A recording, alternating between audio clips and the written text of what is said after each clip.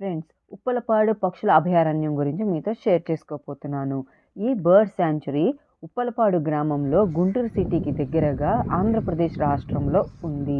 ఇది న్యాచురల్గా ఫామ్ అయినటువంటి పక్షుల అభయారణ్యం.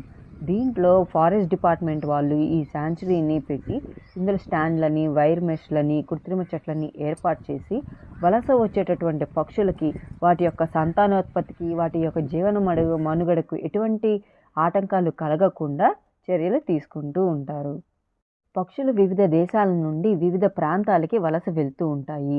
అలాగే ఈ అభయారణ్యానికి సైబీరియా, ఆస్ట్రేలియా, బర్మా వంటి దేశాల నుంచి పక్షులు వలస వస్తూ ఉంటాయి. కామన్ టీల్, పెయింటెడ్ కొంగలు, బ్లాక్ హెడెడ్ అడవి కాకి, గూడబాతుతో పాటు స్పాట్ బిల్డ్ పెలికాన్లు ఇక్కడికి వలస వస్తూ ఉంటాయి. ఈ పెలికాన్లు ఎక్కువ సంఖ్యలో వలస వస్తాయి. ఈ పెలికాన్లు పైకి ఎగురుతూ శబ్దం చేస్తూ ప్రకృతి ప్రేమికుల్ని ఆకర్షిస్తున్నాయి.